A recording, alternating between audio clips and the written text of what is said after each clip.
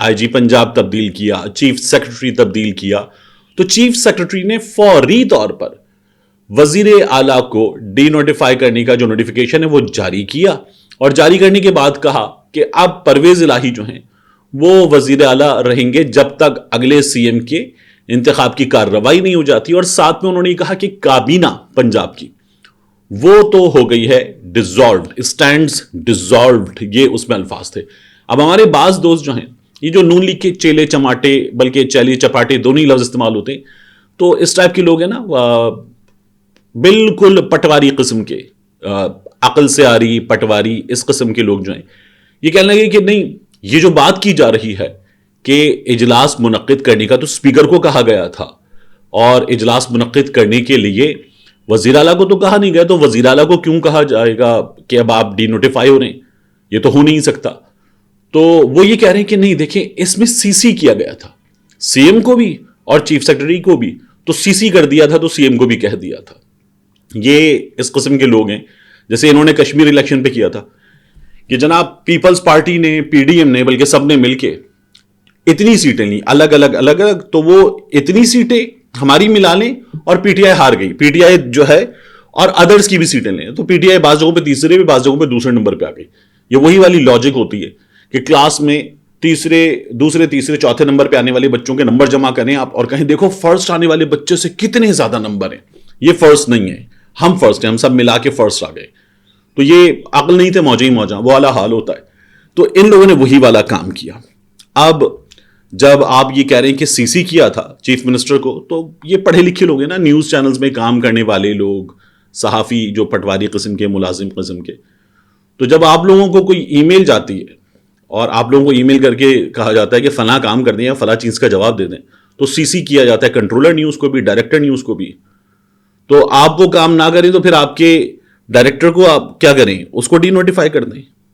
مطلب ایسا نہیں ہوتا نا. تو اسی لیے ہوتا ہے کہ سی سی کیوں کیا جاتا ہے, ان لوگوں کو اتنی عقل بھی نہیں ہے. لیکن بہرحال خیر ہے, ایسے لوگ ملتے ہیں آپ کو. اب ممکنہ طور پر یہ پکچر نظر آ رہی ہے, وہ جو ہمارے ہاں صرف کھانے والی باتیں بھی لوگ کر رہے تھے. ہمارے بعض صحافیوں نے کہا کہ صرف چھپا لیں مونس الہی سے.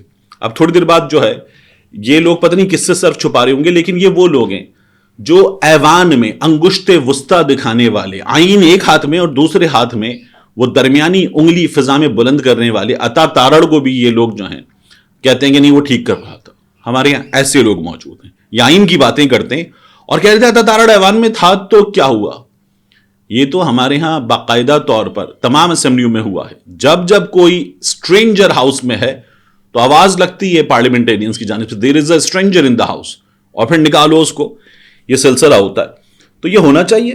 یہ کس قسم کا کام ہے, کیسے ہو سکتا ہے.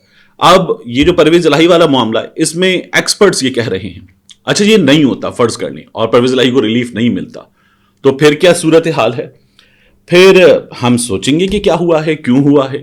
پہلے تو عدالتیں رات کو 12 بجے کھل گئی تھی, اب کیا کوئی ایلفی ڈال گیا تالوں میں, اب کیوں نہیں ہوا یہ سب کچھ, اور خود بخود کیوں نہیں ہوا, از خود کیوں نہیں ہوا. تو یہ ہونا چاہیے.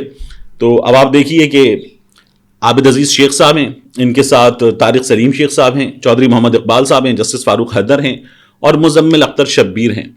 تو یہ اسجد گھرال صاحب نہیں, عطا تارڑ صاحب کو یہ بھی پتہ چل جائے کہ اسجد گھرال صاحب اس میں نہیں ہے. ان کو بڑی تکلیف ہوتی ہے کہ اسجد گھرال صاحب جو ہیں وہ ان کے رشتہ دار ہیں اور ان کے لیے کام کرتے ہیں. ایک یہ ہمارے سامنے اب جلد آ جائے گا. اس کے بعد ریحام خان صاحب, آخر میں ویڈیو کے میں آپ کو بتاؤں, انہوں نے ٹویٹر پہ آ کے خبر دی ہے کہ انہوں نے تیسری شادی کر لی. اللہ تعالیٰ مبارک کرے, اچھی بات ہے, شادی کی ہے, ایک حلال کام ہے, اور اس میں کوئی پرابلم نہیں ہے. 49 ایئرز ریحام خان صاحبہ کی ایج ہے, اور کس سے کی ابھی انہوں نے نہیں بتایا. اپنے انسٹاگرام کا ایک اسکرین شاٹ ٹویٹر پہ ڈال کے جسٹ میرڈ لکھا ریحام خان صاحبہ نے, 2 ہاتھ ایک دوسرے کا ہاتھ تھامے ہوئے, ایک دوسرے کو تھامے ہوئے, وہ تصویر انہوں نے ڈالی ہے. جو ریحام خان صاحبہ کے لیے سوچنے کی بات ہے نا, وہ یہ ہے کہ لوگوں نے ان کے ساتھ کیا کیا ہے. لوگوں نے جو سلامی دی ان کو, لوگوں نے کہا ہے کہ اب کی بار جو ہے صرف کتاب لکھنے کی تیاری مت کیجیے گا. مطلب دانیہ ملک ڈانور بنا دیا, وہ جو بچی عامر لیاقت والے کیس میں تھی بےہودہ قسم کی, وہ بنا دیا, اور کہا کہ اب کی بار صرف کتاب مت لکھنا, تصاویر بھی بنانا, ویڈیو بھی بنانا, بعد میں 3 انکم اسٹریمز ہوں گی تمہارے پاس. لوگوں نے یہ مشورے دیے ہیں ریحام خان صاحبہ کو. ان کو خود کو بھی سوچنا چاہیے کہ what is she reduced to.